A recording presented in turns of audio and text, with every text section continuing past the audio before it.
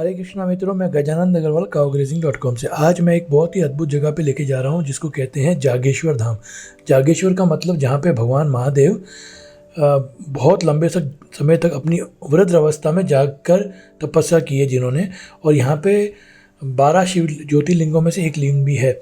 इस जगह को बहुत कम लोग जानते हैं और ये बहुत सालों तक लुप्त रही थी। फिर यहाँ पे कुछ टाइम पहले ही रोड बने हैं, इसलिए ये लोकेशन दुनिया के लिए एक्सेसिबल। ओम नमः शिवाय। मैं कमल भट्ट, प्रधान पुजारी शक्तिपीठ पुष्टि माता नागेश्वरम द्वारका वने ज्योतिर्लिंग जागेश्वर। मैं यहाँ पर प्रधान पुजारी के रूप में माँ के चरणों की सेवा करता हूँ। माँ के द्वारा मेरे वंश में स्वप्न पर यह आज्ञा दी गई कि मुझे ही माँ के चरणों की सेवा करनी है, और मेरे शरीर पर जन्म से ही कान पर छिद्र और भ्रुकुटी के बीच में त्रिशूल का निशान जन्म से ही है। ज्योतिर्लिंग जागेश्वर 12 ज्योतिर्लिंगों में से एक ज्योतिर्लिंग है, जिनमें से नागेश्वरम द्वारका वने 8वां ज्योतिर्लिंग यहाँ पर माना जाता है। उस प्रांगण में 124 मंदिरों का समूह है।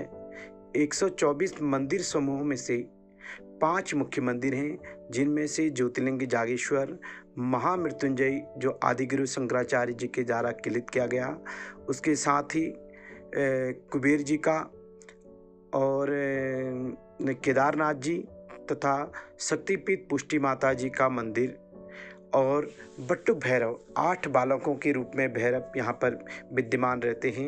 यह ज्योतिर्लिंग जागेश्वर का प्रांगण है। आदिगुरु शंकराचार्य जी के द्वारा यहाँ पर कहा गया है कि गुरु के द्वारा जब कोई व्यक्ति मंत्र लेता है और वह मंत्र जब वह व्यक्ति अपने जीवन काल में एक बार जागेश्वर जाकर भगवान शंकर व माता पार्वती की आराधना करता है तो वह मंत्र सिद्ध हो जाता है। यस्मात्रेण सिद्धो भवति साधकः, और वो उस भूमि पर खड़े होने से ही साधक जो है ईश्वर तुल्य हो जाता है। यह विचित्र जागेश्वर के प्रांगण की एक सबसे बड़ी वो रही है। भगवान शंकर की पादुकाएं भी इस स्थान पर हैं।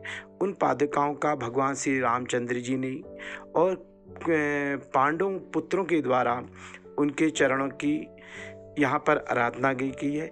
वह भी जागेश्वर से मात्र आधा किलोमीटर दूरी पर है। भगवान शंकर यहाँ पर बालक के रूप में है, इसलिए इसे बाल जागेश्वर भी कहा जाता है।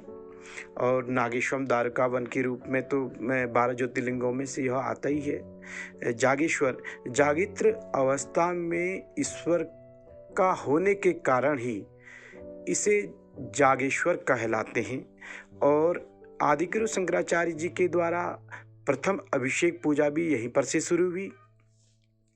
इसके साथ ही साथ विश्वकर्मा के द्वारा जो माँ की विग्रह बनाई गई है वह अद्वितीय वर्णन करने है, उसका वर्णन नहीं किया जा सकता।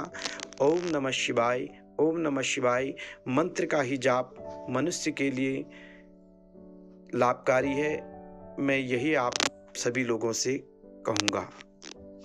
ओम नमः शिवाय। जय ज्योतिर्लिंग जागेश्वर धाम।